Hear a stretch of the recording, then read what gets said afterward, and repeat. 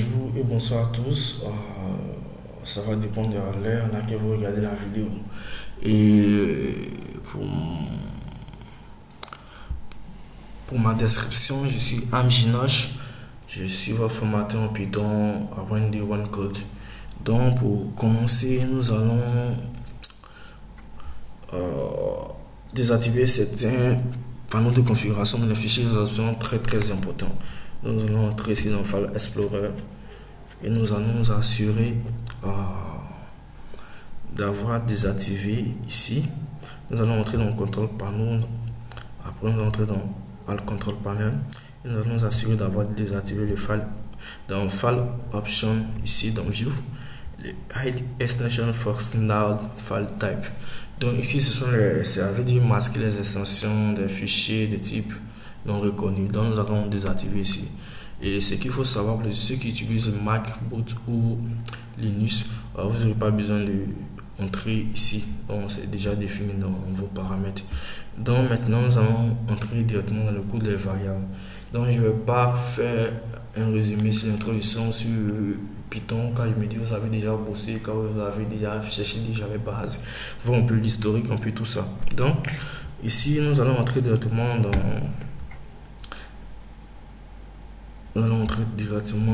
dans les bases des variables.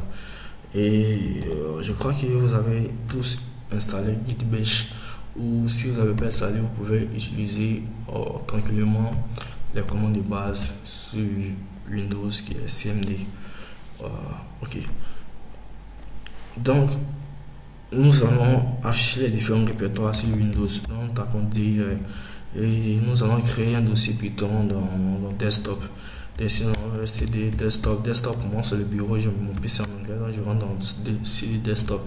Maintenant ici sur le desktop je vais créer le dossier Python mkdir. Après je vais refaire pour mkdir Python, excusez-moi. Après je vais refaire pour git bash. Donc ici nous avons créé le dossier Python qui s'affiche directement là. Donc une fois créé le dossier Python, nous allons naviguer dans Python.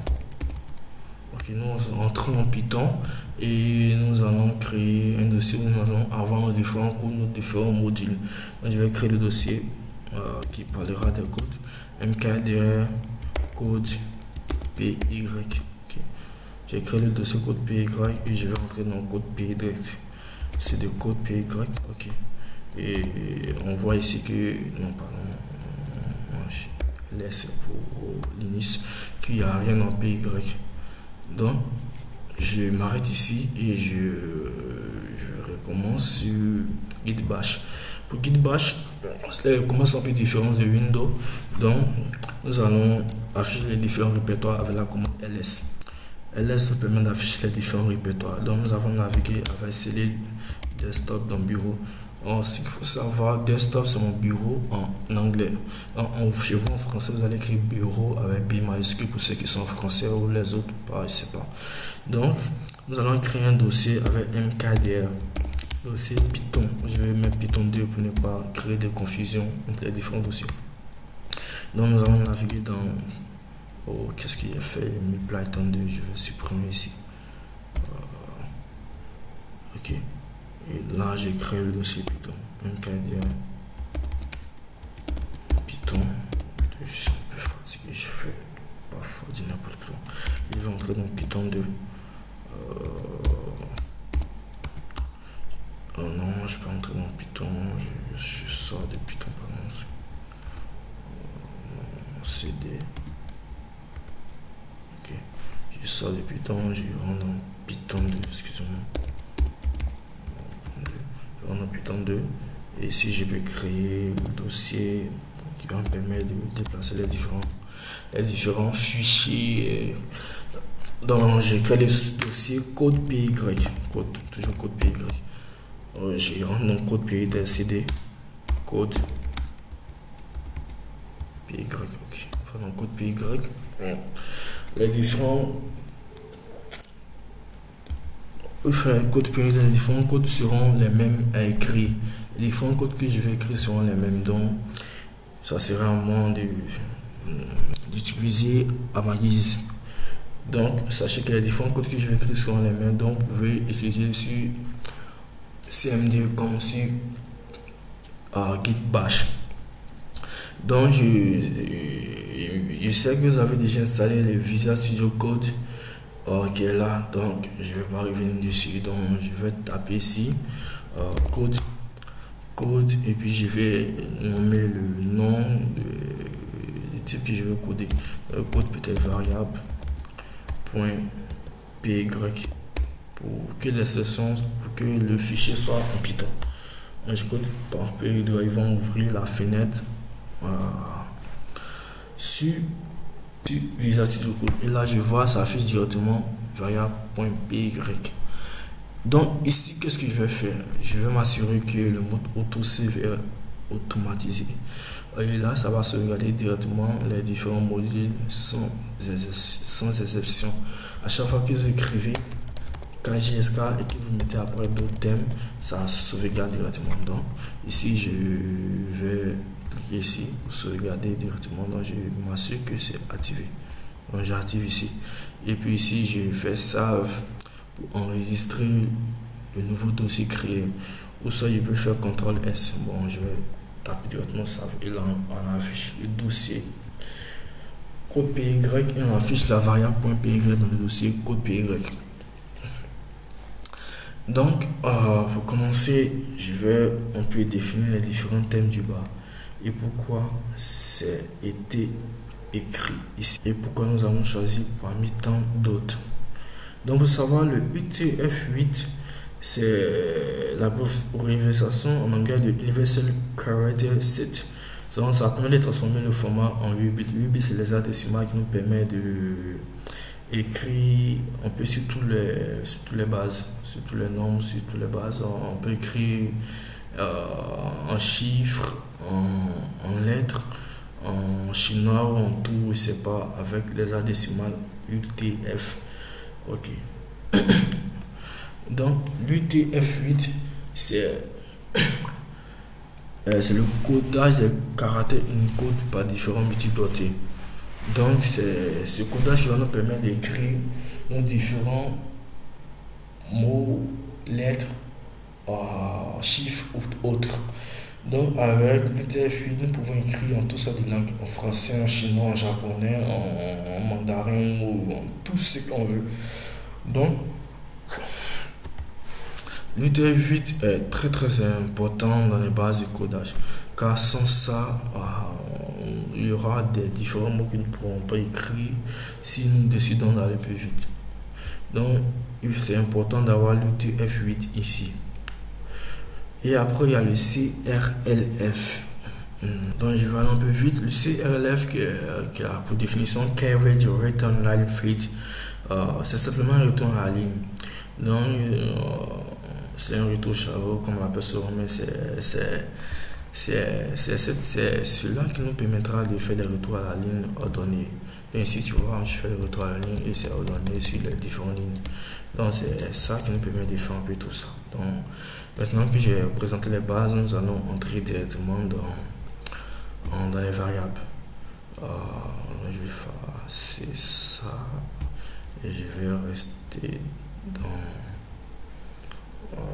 Si je fais ici CTRL U à 100 circonflexe et je vais m'assurer de rentrer dans les différents fichiers d'abord ici. Ok, c'est desktop. Ok, test. Qu'est-ce qu'il me fait lui? Test. Ok, donc je vais rentrer dans les différents fichiers un peu rapidement. Desktop. Tabulation passe partout ici Python. Code PY.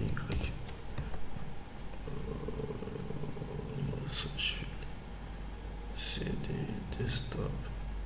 Ok, tu fais et desktop. Ok. Et là, je rentre dans les différents fichiers. Si je fais ls, c'est dans ma fichier variable PY. Ok, donc je peux commencer à entrer dans les bases.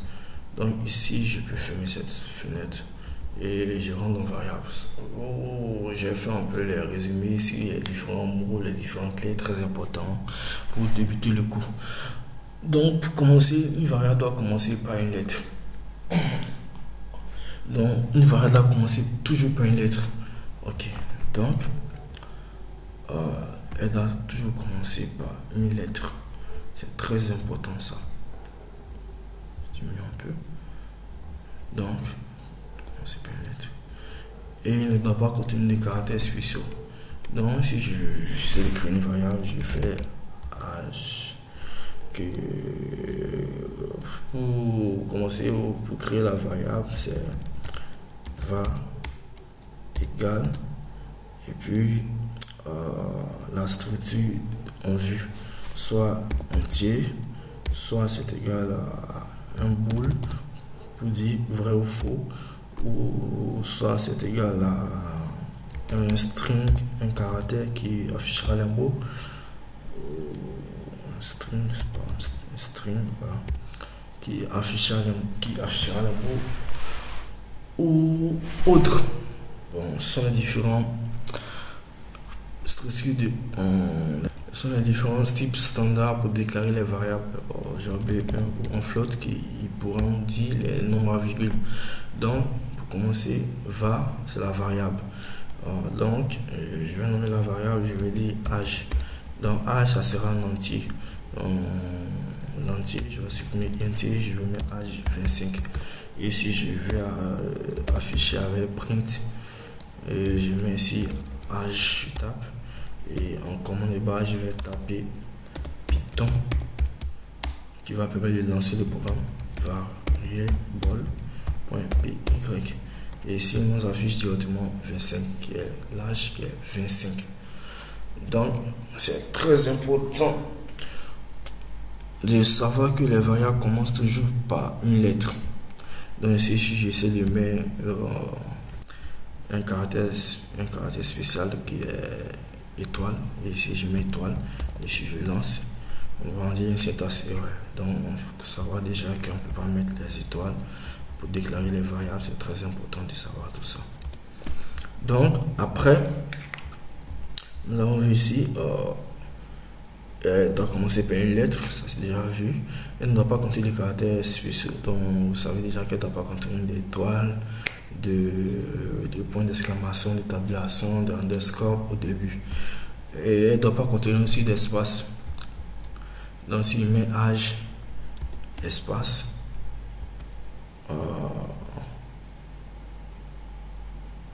numéro 1, bon, âge N1, ok. Et si je lance âge espace N, il perd la tête, il dit c'est une erreur. Donc vous voyez directement que ici c'est pas possible. Ok,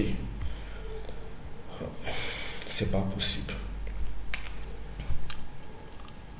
Donc ici elle doit pas contenir d'espace, et puis il faut savoir que nous pouvons utiliser des underscores pour déclarer les variables. Donc je vais sauter ça et puis je vais revenir un peu en bas. Je vais vous expliquer pourquoi le sauter, parce que c'est une autre structure qui est utilisée en bas. Il faut savoir ici que nos variables doivent être déclarées en camel case. Ok, camel case c'est quoi? C'est cette manière de déclarer les variables. Si vous voulez déclarer une variable, des variables genre peut-être l'âge d'un personnage, mais l'âge du personnage bien aimé, vous savez, la première instruction de la variable, genre le premier mot c'est âge, elle doit s'écrire en minuscule. Okay. Et puis ce qui suit peut commencer par une majuscule. Donc âge personnage. Donc ça c'est le camel case. Donc personnage, si je dois mettre en vie, tous les premiers mots, toutes les premières lettres des premiers mots qui vont suivre vont commencer en majuscule. Donc c'est la manière de déclarer les variables en camel case. Donc c'est un peu ça. Donc ici je mets âge du personnage, je mets 18, et âge du personnage je mets 18, et ici je décide d'afficher l'âge du personnage 18, et si je tape on voit aussi qu'il en affiche directement 18. Donc ça c'est le camel case. Bon, ça a retenu, vous pouvez étudier différemment les projets en révisant. Ainsi, elle peut faire les speedos pour les constances en uppercase. Ok, en uppercase, c'est quoi? C'est un peu comme les camels que vous écrivez d'abord. Vous pouvez écrire ici H en majuscule au début. Et puis après, boss aussi en majuscule. Donc, c'est aussi possible. Je ne veux pas trop vous définir sur ça pour ne pas créer de confusion. Donc, il faut juste savoir qu'elle peut se déclarer en uppercase au cas où vous rentrez dans un quiz et où on vous demande les différentes manières de déclarer des variables. Il faut savoir que c'est aussi possible en uppercase. Et vous pouvez vous documenter dessus. J'ai pas envie de faire. J'ai pas envie de définir un peu trop dessus pour ne pas créer un peu de confusion. Donc, je vais supprimer ça. Et en synergisme. Synergisme, c'est les cases de serpent. Donc, si je déclare ma variable en synergisme, je fais H personnage, je vais faire H et puis je vais faire un tiré du bas personnage. C'est ça un peu le synergisme. Vous vous rappelez que ce sont les underscores. C'est le 8 du haut en haut du clavier. C'est un peu ça les underscores. Donc je les avais supprimés parce que j'allais vous montrer un peu dans les bases à venir. Donc vous pouvez déclarer avec les underscores les différents variables. Donc si je mets âge du personnage et je mets 15. Ici je vais rectifier. Personnage qui voilà, ça m'affiche directement 15. Pour ne pas oublier un peu les autres variables, je vais essayer de... Non, pour ne pas oublier les autres types standards, je vais créer d'autres types. Si je vais mettre par exemple un nombre à virgule, et si je dis le pi qui est une constante, on peut le déclarer comme une constante. Bien, je ne vais pas déclarer la constante ici. Pi qui est égal à 3,18,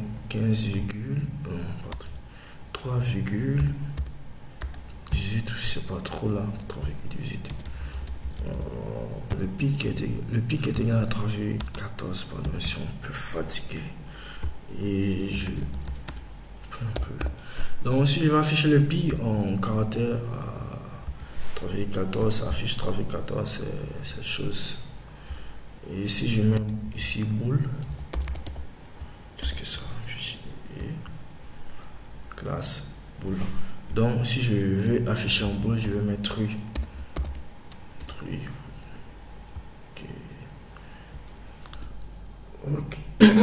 Ok, si je vais afficher en boule, pour afficher en boule, si je vais afficher en boule, peut-être je mets pi 3,14 ici et je mets pi est égal à 3,15.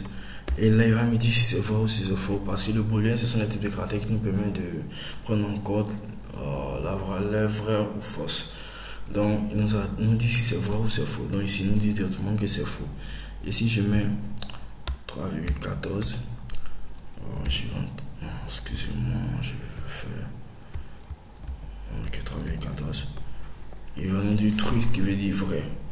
Donc, après les booléens, nous avons ici, nous avons vu les caractères à virgule. Nous allons afficher maintenant un mot. Donc, si je vais afficher bonjour Python. Bonjour Python. Okay, bonjour Python. Ok, ici, je vais afficher pays. Ok, là je tape. Ça affiche bonjour Python. Ok, nous avons déjà vu la première partie d'illustration qui nous permet d'afficher les différents caractères, les différents mots. Et ici, nous avons affiché les différents caractères en ce que je vais faire pour ne pas créer de confusion. Ici, comme c'est un mot, je vais faire trois cotations marques pour pouvoir faire un commentaire. Ok, 3 cotations marques ici. Pour faire un commentaire, je ferme ici avec la cotation. Donc, il y a affiché pi est égal à 3,14 pour afficher en float. Float qui est un nombre à virgule. Ici, c'est STR qui est un mot.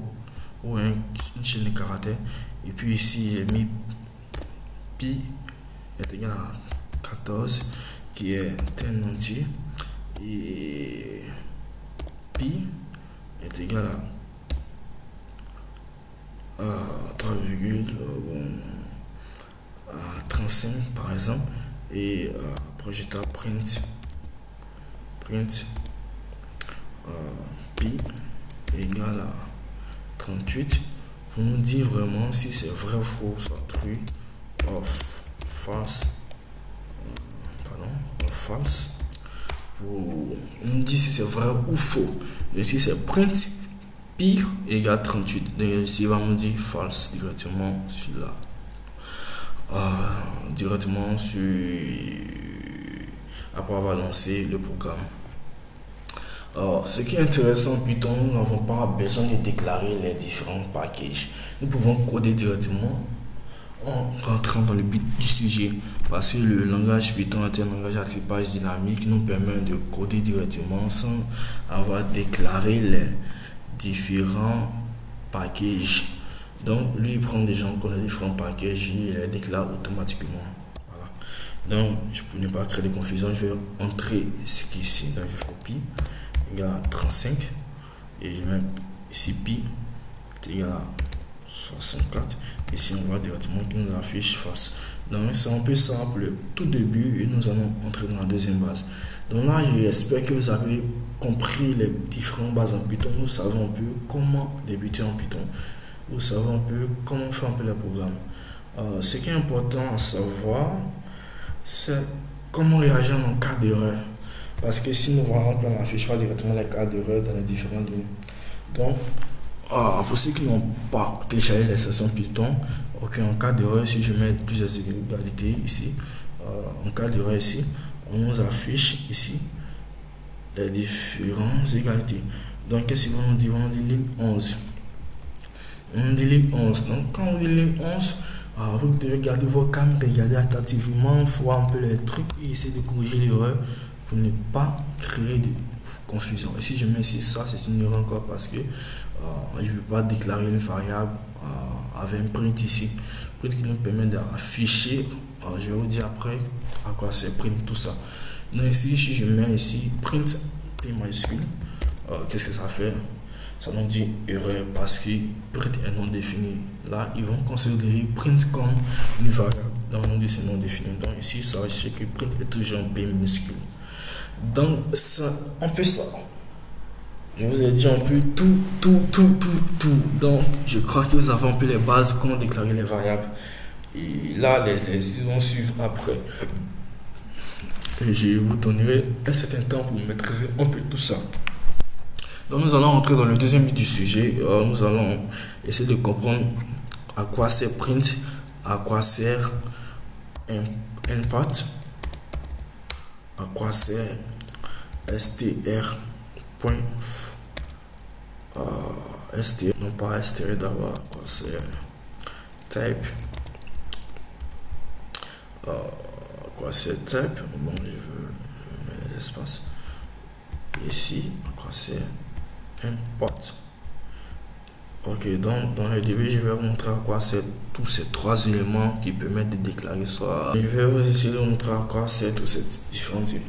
Je sais que parmi vous il y a déjà des gens qui maîtrisent un peu ces différentes bases et pour moi c'est très important de reprendre tout et essayer de vous expliquer un peu dans le moins de détail. Donc soyez humble et apprenez en douceur, ne partez pas à la hâte disant que non, moi je maîtrise un peu les bases de Python, donc je saute parce que chaque détail compte. Il y a des vidéos que vous pouvez regarder qui vont vous épargner chaque détail que moi je peux vous montrer. Donc c'est très important de suivre les vidéos et puis d'étudier les bases. Donc ici nous allons voir les fonctions vues. Les fonctions vues sont les fonctions d'affichage. Les fonctions qui vont nous permettre de prendre en paramètre les différentes variables. Donc, nous avons la fonction print avec la parenthèse, print, parenthèse, ok. Elle nous permet d'afficher à l'écran. Comme nous avons vu ici, le pi égale 64 nous affiche à l'écran les différentes valeurs, soit vraies ou fausses, soit les différents mots. Donc, Après, nous avons la fonction input. Input qui va nous permettre de lire au clavier. Donc après, je vais faire quelques exemples. Là, ça va nous permettre d'entrer je vais nous dire peut-être entrer ton âge et après, tu as ton âge, puis va dire votre âge est tant. Et puis, il y a la fonction TYPE, type, qui va nous permettre de retenir le type d'une donnée variable. Donc, je vais commencer par vous expliquer la fonction type qui est un peu plus simple que les autres. Les autres sont un peu plus complexes. La fonction input c'est un peu plus complexe parce que ça rentre un peu dans les données. Donc, qu'est-ce que je vais faire? Je vais mettre ici tout ça en commentaire. Ce qu'il faut savoir, quand c'est en commentaire, ça ne gêne pas les codes qui suivent. Je vais en commentaire, je vais descendre un peu plus bas. Et ici, je vais recommencer à taper. Donc, qu'est-ce que je vais faire? Je vais afficher le type. Le type, je vais utiliser TYPE qui va nous permettre de retenir le type d'une donnée ou d'une variable. J'avais oublié une base qui nous permettait d'afficher aussi les nombres. Donc, ici c'était pour afficher les nombres. Excusez-moi, je vais revenir un peu rapidement derrière. Ici c'était pour afficher les nombres pour dire si c'était vrai ou faux. Dans le cas où vous entrez un calcul pour vous demander à la machine si réellement c'était le calcul qui est là. Maintenant, si vous voulez peut-être afficher soit un nombre directement avec print, et si je mets ici peut-être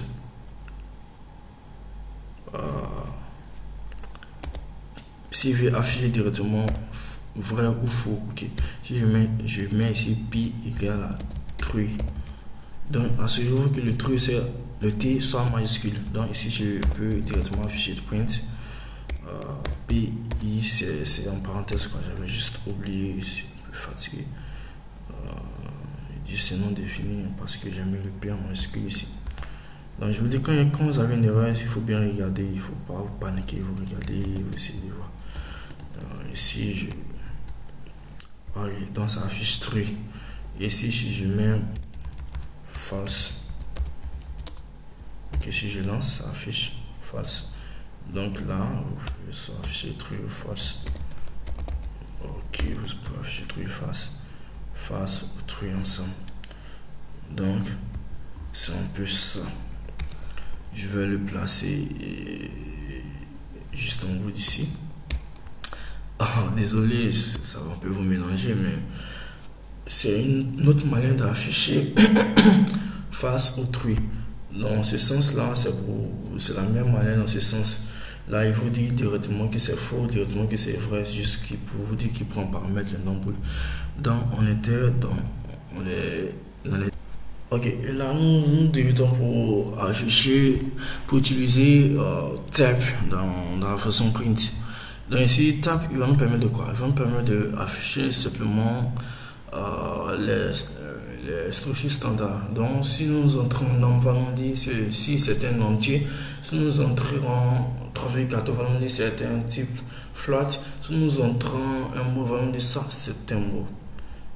Je crois bien que ok, j'ai fait. Donc là, je vais entrer, je vais pas faire toujours pi, je vais faire âge est égal à 15 et je mets print, ici print, type, c'est comme ça, j'utilise type, âge. Et donc qu'est-ce qu'il va nous faire lui? Il va nous dire ici, âge c'est un entier. Il va nous dire le 15 c'est un entier. Donc si je veux mettre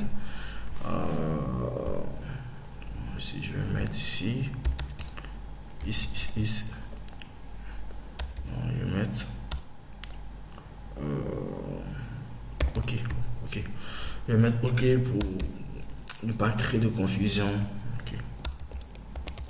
Ok, si je mets ok et puis je lui donne un caractère, je mets ok et puis je mets bienvenue. Ok, bienvenue. Bienvenue. Ok. Et si je décide d'afficher ok ici, on nous dit c'est un string. genre c'est un caractère. Si je mets ici, ok, je mets truie. On dit ici que c'est boule, c'est des types booléens. Si je mets ici 3,14, 3, c'est pas trop. On dit ici float. Donc je vais résumer tout ensemble pour ne pas créer de confusion. Donc ici, si je mets ça, la machine va afficher ça.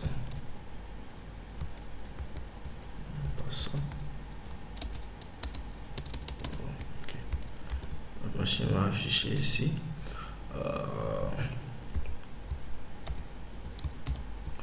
ok, elle va afficher ici float pour dire que c'est un caractère, non pas, c'est un type standard de type float. Donc si je mets ok ici, ok, bienvenue, la machine va afficher ici str pour dire que c'est un caractère. Si je mets ok ici 15, la machine va afficher int pour dire c'est noté. Et si je mets sur ok, oui, la machine va afficher boule pour dire c'est un caractère booléen qui prend en compte les paramètres vrai ou faux, true, false. Ok, donc je vous ai montré comment utiliser ici le caractère type. Donc après je dois vous montrer comment utiliser input et nous allons nous arrêter là pour ce. Ici nous allons utiliser la fonction input. Donc comme je le dis, si je veux créer la fonction input, nous permet de lire au clavier. Donc je vais prendre un exemple d'abord Baland qui va demander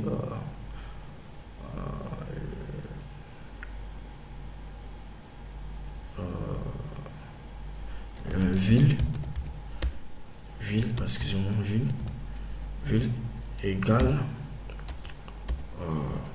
Abidjan. Okay. Donc ici, nous pouvons, si je décide d'utiliser la fonction print, donc il fait ville égale Abidjan print, et je fais soit dit bienvenue à Abidjan. Ok, on va commencer par comme ça. Bienvenue ici, bienvenue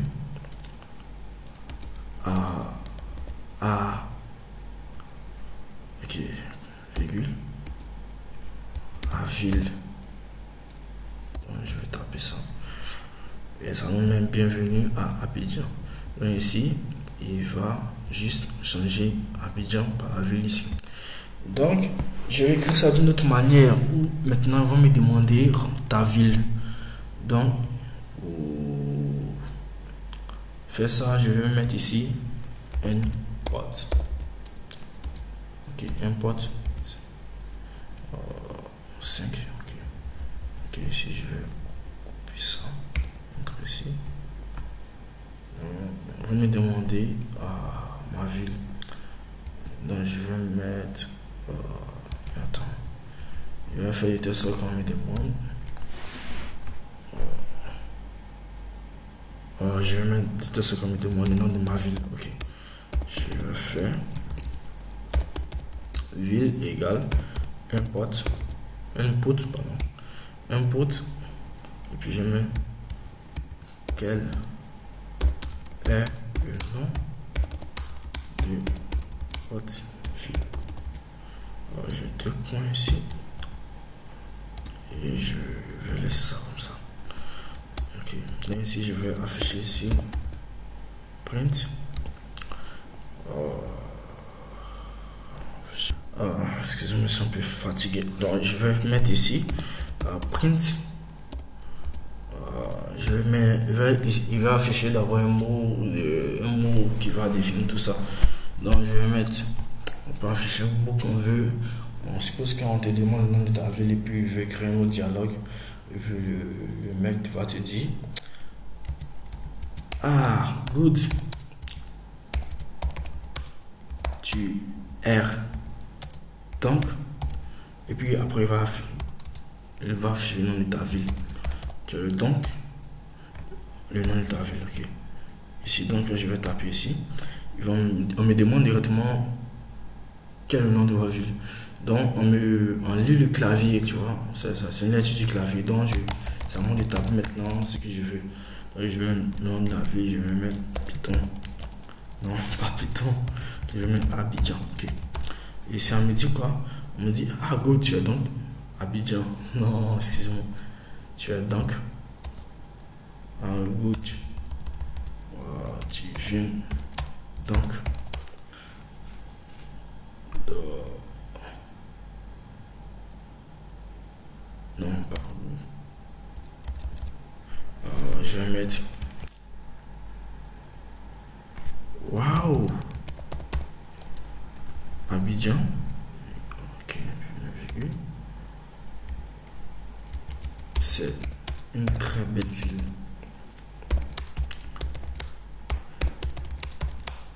Ok, je suis déjà y allé. Ok. Ok, je crois que c'est bien parfait. Et je vais recommencer. Quel nom de ville? Abidjan. Et ici, il dit, waouh, Abidjan, c'est une très belle ville. Je suis déjà allé. Et maintenant, si je vais poser une autre question, on suppose que c'est le même qui nous pose encore une question. Je vais mettre...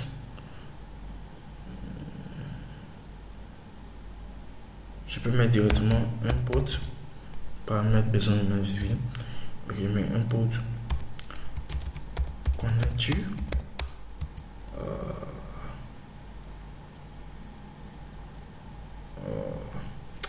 connais-tu Arabie Saoudite? Ok, Saoudite. Ok.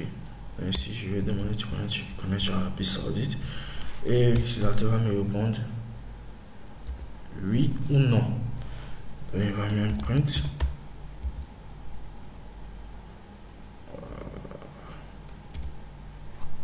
Il va me dire oui ou non. Donc il va me connais-tu Arabie là? Connais-tu Arabie Saoudite? Et là, ce qu'il faut faire, il faut d'abord déclarer une variable.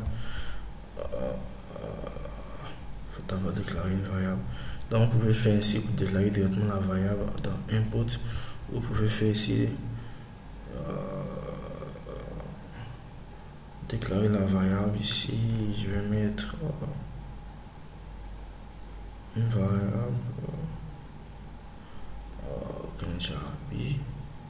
je vais une variable avec une variable de type non, de type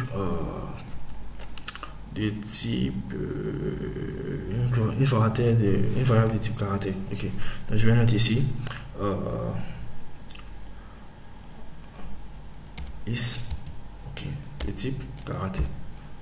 Et là il dit connaître Arabie. Moi je mets si je mets ici is, pas trop me fatiguer là. Ok. Si je vais créer un grand dialogue, quoi, vous voyez, je vais commencer le dialogue. Je vais plus m'arrêter déjà en bas. Quelle est la nouvelle ville? Abidjan. Ok, Abidjan ici. Et voilà, Abidjan c'est une très belle ville. Je suis déjà allé connaître Arabie. Si je mets oui, et il va m'afficher. Oui. Connaître Arabie, ça va dire oui. Ok.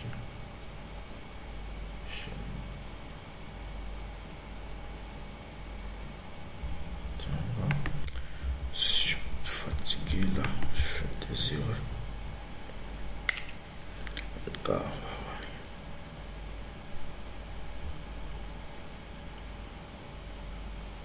Ok, ici je vais faire, je vais essayer d'écrire.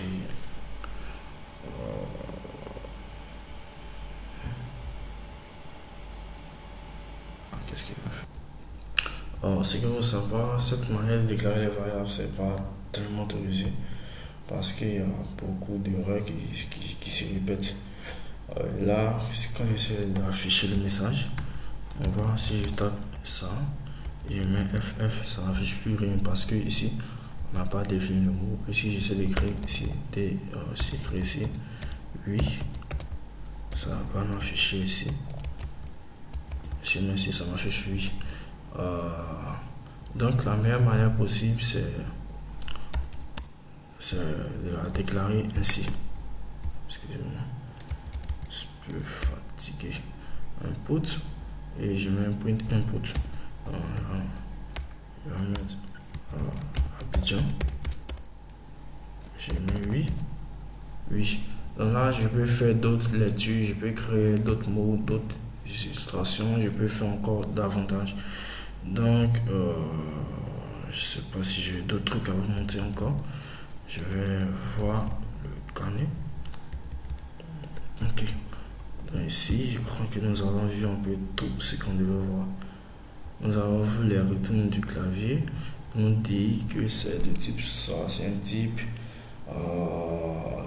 INT, ça c'est un type. String, ça c'est un type. Float, ça c'est un triple. Et nous avons fait la lettre au clavier. On nous demande d'afficher un truc. Et après, on nous dit. C'est de tel ou tel truc. Là, je vais montrer une autre manière d'affichage. Une autre manière d'afficher des. Une autre manière d'utiliser input, pardonnez. Je suis très fatigué. Une autre manière d'utiliser input. Je vais revenir un peu sur différents caractères et puis je vais vous montrer une autre manière d'afficher les variables. Dans le cas où je vais déclarer plusieurs variables, soit l'âge du personnage, je vais mettre, il a 18 ans, sa vie, la vie du personnage, je vais mettre 80, et puis je vais demander s'il est mort. Est-ce que le personnage est mort? Je vais mettre face, dire qu'il vit toujours, et c'est mort. Je vais mettre après chercher notre virgule. Ici je vais mettre d'abord le nom du personnage. Nom du personnage. Le nom du personnage, je vais mettre. Je vais mettre un nom terrible. Le nom du personnage, je vais mettre Naruto.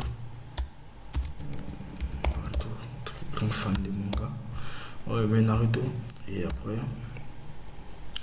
je vais mettre âge du personnage, vie du personnage mort. Est-ce qu'il est mort? Non, il est pas mort. Je vais mettre après.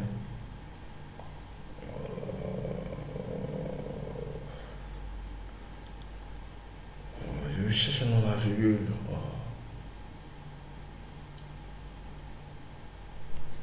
Ok, je vais mettre le poids du personnage. Poids du personnage. Ok, c'est là où je vais déclarer plusieurs variables. Alors je vais mettre 15,5. Ok. Non, pardon, excusez-moi. Je vais mettre 70,7. Ok. Ok. Donc là, qu'est-ce que je vais faire? Je vais déclarer toutes ces variables dans un seul bloc d'instruction. Donc je vais taper print. Print. Et ici, je vais mettre test.format. J'ai voulu mettre cela en fin pour ne pas créer de confusion. Ok, test format. Bon, ici, vu que j'ai partagé l'extension Python, normalement, nous devons afficher ce test format, le format en rouge. Donc, je vais activer l'extension Python et puis vous allez voir un peu comment ça s'affiche. Python.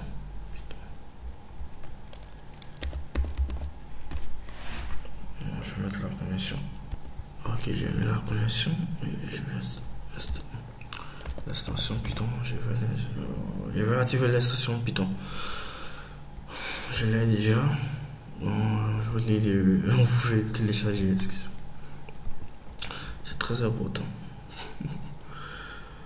Ok, là, quand on télécharge l'extension Python, go it. Ici, je vais venir dans View, en palette, Python, Fuse Test, et ça charge, Manual Ending, Télécharger l'extension. Oui, c'est juste à configurer. Je crois que c'est déjà là. Voilà. Ouais, il nous affiche plein de trucs de fou. Je sais pas pourquoi cette extension est comme ça. Et là, il nous crée beaucoup de confusion. C'est pourquoi j'avais intérêt à télécharger l'extension Python.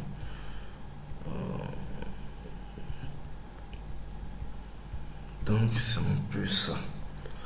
Ce qui fait, c'est pas tellement intéressant. Je crois que je vais prendre d'autres extensions parce que celui-ci, il déconne vraiment. Et si j'installe ça, et puis si je déconne, je désactive ça. Désactive. Ok.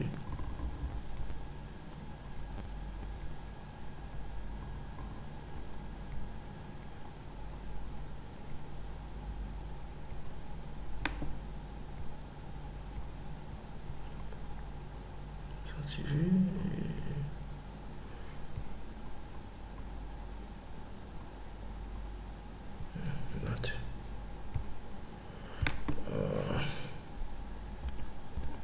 Je vais entrer dans les paramètres. Je crois que j'ai dû activer plusieurs données. Et je vais décocher un peu tout. Je crois que c'est ça qui doit créer des confusions sur mon graphique. Activer autocomplète. On part ça. Autocomplète sur avancé. Bon, je désactive tout là. Bon, là j'ai désactivé parce que ça crée trop d'embrouille. Et j'aime pas trop être embrouillé par les fichiers.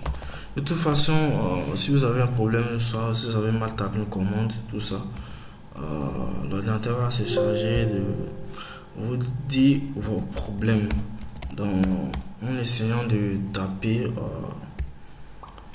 dans tout le programme. L'ordinateur va vous dire directement vous avez fait tel ou tel problème.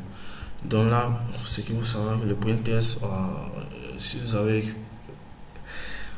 si vous utilisez un autre, une autre source de codage, ils auraient mis une couleur. Je ne vais pas reprendre les extensions Python, c'est plus c'est lequel qui est utile à ça. Donc je ne vais pas me permettre de chercher toutes ces extensions. Je vais juste vous dire que c'est pas très important de tout ça. Donc, qu'est-ce qui va nous permettre de faire le test.format? C'est une fonction très intelligente, c'est un peu comme le printf en Go ou en d'autres langages. Elle nous permet de prendre un paramètre, une composante directement. Donc, si je mets le nom du personnage, je vais commencer par le nom du personnage.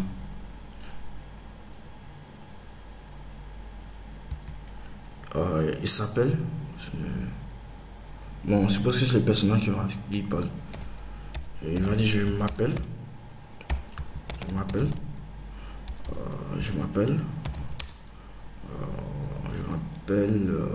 Ici, non pas ça, je m'appelle, puis ici, et je m'appelle,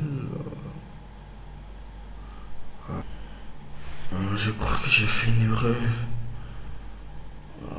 Bon, test.format, ouais, j'ai vu l'erreur, désolé.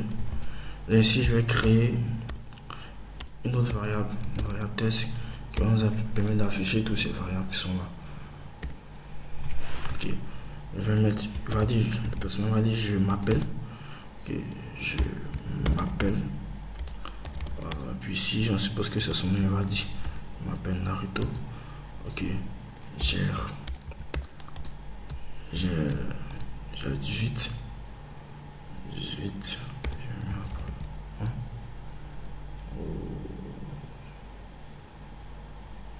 Oui, j'ai 18 ans. Je vais mettre son. J'ai 18 ans. J'ai 18 ans. Comment lui d'afficher sa vie.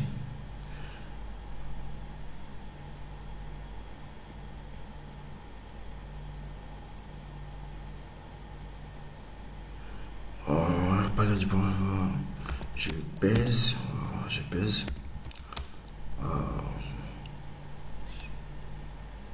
si je pèse tel kilo. Ok, kilo. Kilo.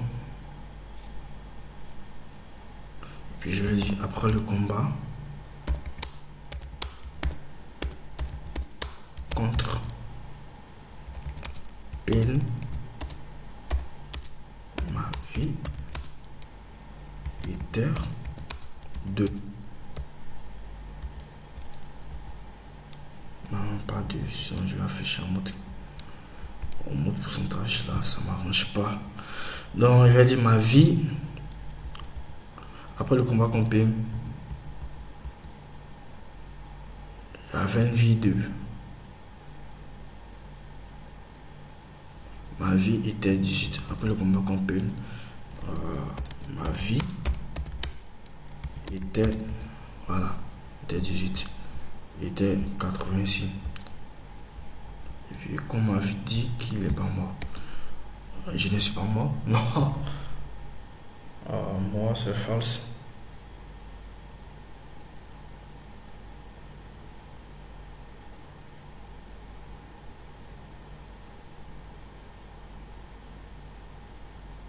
Donc, je vais dire directement, il vit toujours. Non, je vais dire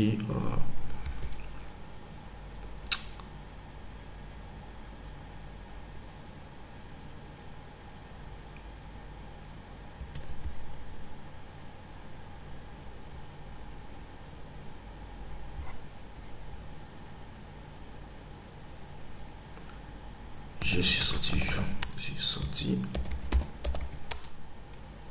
suis sorti mort. Et là, qu'est-ce qu'il va faire? Il va dire je suis sorti mort. Est-ce que je suis sorti? Bon, je vais dire une sorte de question. Bon, je vais dire je suis sorti mort. Et là, quand je dis je suis sorti mort, il va afficher ici false pour dire faux. Donc là, je vais faire maintenant print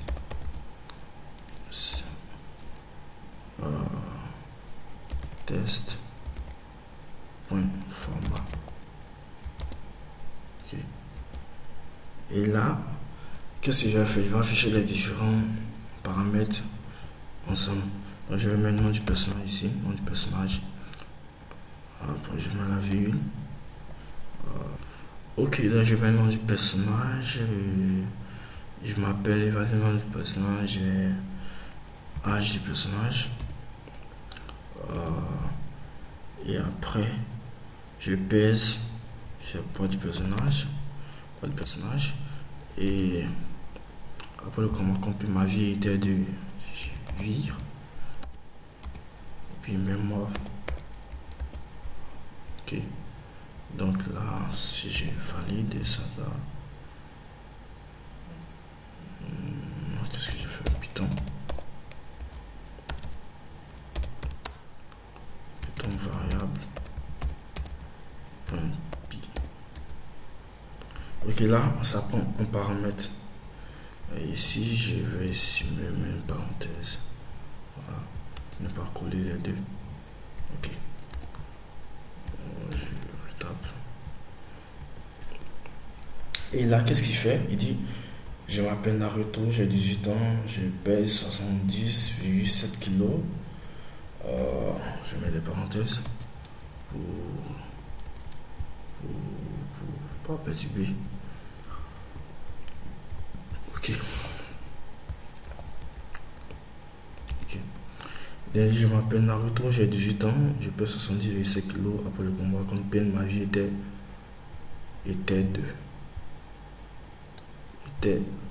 à 80. Ok. À 80. Ok, je vais retaper. Était à 80. Je suis sorti. Bon, je suis sorti. Moi, vous avez vu que ça a affiché false, le caractère qui est en bas. Moi, je suis sorti vivant. Okay. Vivant. Et là, on vit. Ce qu'il a envie. Ok, truc. Ok, je suis sorti vivant. Et là, il dit